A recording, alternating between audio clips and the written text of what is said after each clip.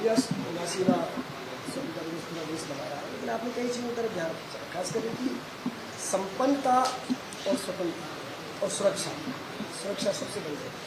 विभाजन विभीषणा का भी आपने जिक्र किया, किस तरह हमें आज़ादी मिली। ये बात सही है कि जब देश का बंटवारा हुआ और जो तथाकथित पाकिस्तान, जो आज पाकिस्तान है, वहाँ से हमारे भाइयों को जब पलायन करना पड़ा, वो उस समय संपन्न थे, वो बिल्कुल सब दृष्टि से आर्थिक आधार सुदृढ़ था, अट्टालिकाएं थी उनके पास, भवन अच्छे सुसज्जित भवन भी थे, कुछ धन भी संजो करके रखा हुआ था। वो सब छोड़ के आना पड़ा, अपने बच्चों को लेकर के बड़ी मुश्किल से आ पाए कोई लोग, और यहाँ आकर शरणार्थी जीवन जीना पड़ा। तो ये तो साबित ही हो गया, अपने आप में साबित हो गया कि संपन्नता से ज़्यादा सुरक्षा ये बहुत ज़रूरी है। और हमारे देश के प्रधानमंत्री आदरणीय नरेंद्र भाई मोदी जी ने देश को सुरक्षित करने की दिशा में जो काम किया, ये देखिए आप, एक वो अनुकरणीय है। और वैसे तो मैं ये कहूँ कि इस राष्ट्र के प्रति जिसका मन, तन मन धन जुड़ा हुआ है, या जो कण कण जिसके अंतःकरण में इस राष्ट्र के प्रति सम्मान है, उसी की सोच है ये। हमारी जब भी पहले सरकार आई थी, आदरणीय अटल बिहारी वाजपेयी जी देश के प्रधानमंत्री बने थे, तो उन्होंने दुनिया के आर्थिक प्रतिबंधों की परवाह नहीं की, और बिना परवाह किए पोखरण में परमाणु विस्फोट करके दुनिया को दिखा दिया कि हम भी किसी से कम नहीं हैं, हम भी शक्तिशाली हैं। और उसी का परिणाम है कि हम पर कई वर्षों तक किसी ने आंख उठा करके नहीं देखा। ताकत बहुत जरूरी है। सुरक्षित वातावरण देश के नागरिक को मिल जाए तो देश का नागरिक भी अपनी प्रतिभा को निखारने में अपना सर्वस्व समर्पण करेगा। और यदि पीछे भय सता रहा है कि पता नहीं क्या होगा, कल क्या हो जाएगा, तो वो मन से आगे काम भी नहीं कर पाएगा। मन से काम भी तभी करेगा जब उसको सुरक्षित वातावरण दे दिया जाए। तो वो सुरक्षित वातावरण देने की दिशा में हमने शस्त्र निर्माण भी करने शुरू किए, सेना को सुदृढ़ किया।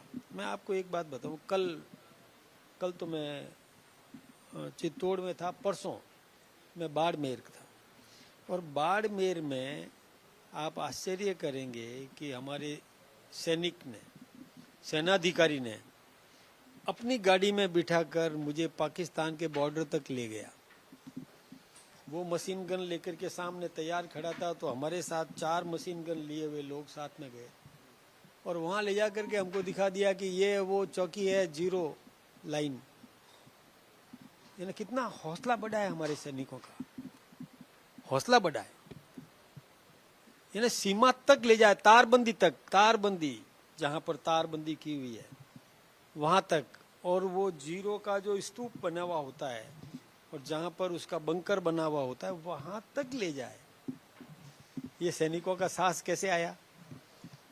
हाँ, हमारे सैनिक भी बंकर में रहते हैं, ऐसा नहीं है कि नहीं रहते, लेकिन उस सैनिक का साहस देखो आप, वहां तक ले गया।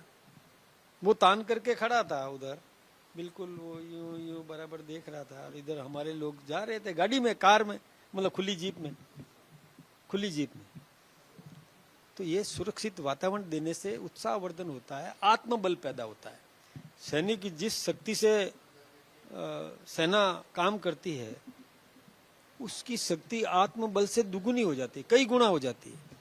और जब देश का नागरिक उसके साथ जुड़ा है, उस सैनिक ने क्या कहा हमको कि साहब हम मरने को तैयार हैं आपके लिए, क्योंकि आप हमारे लिए प्रार्थना करते हो मंदिरों में, हमारी सुरक्षा के लिए, हमारी सफलता के लिए।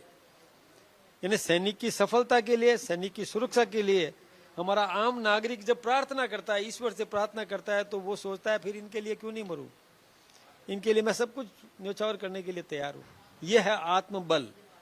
और वो जनता जब साथ में जुड़ती है, सेना के साथ जनता का जुड़ाव होता है, तो सैनिक भी सर्वस्व समर्पण करने के लिए, देश की रक्षा के लिए सब कुछ कर सकता है।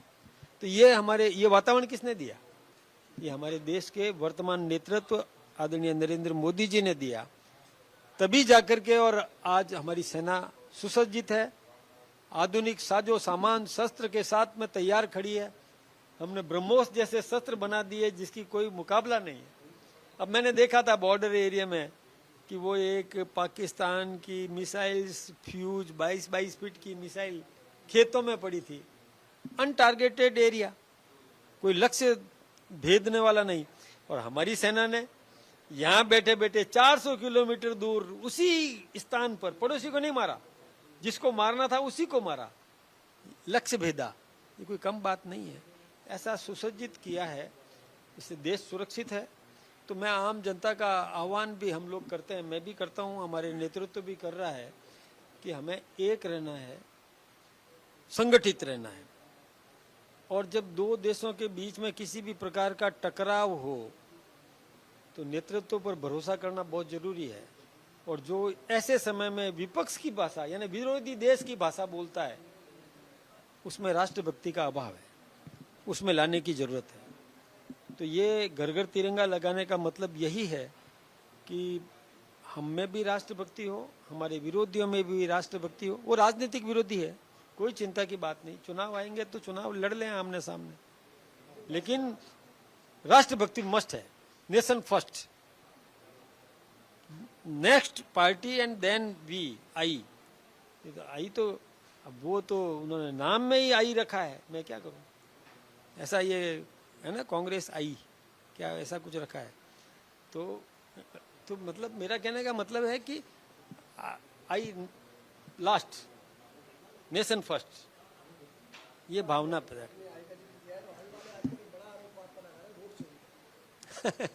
अब एक बात, यदि वोट चोरी होती, राहुल जी कैसे जीतते, प्रियंका जी कैसे जीतती, अशोक गहलोत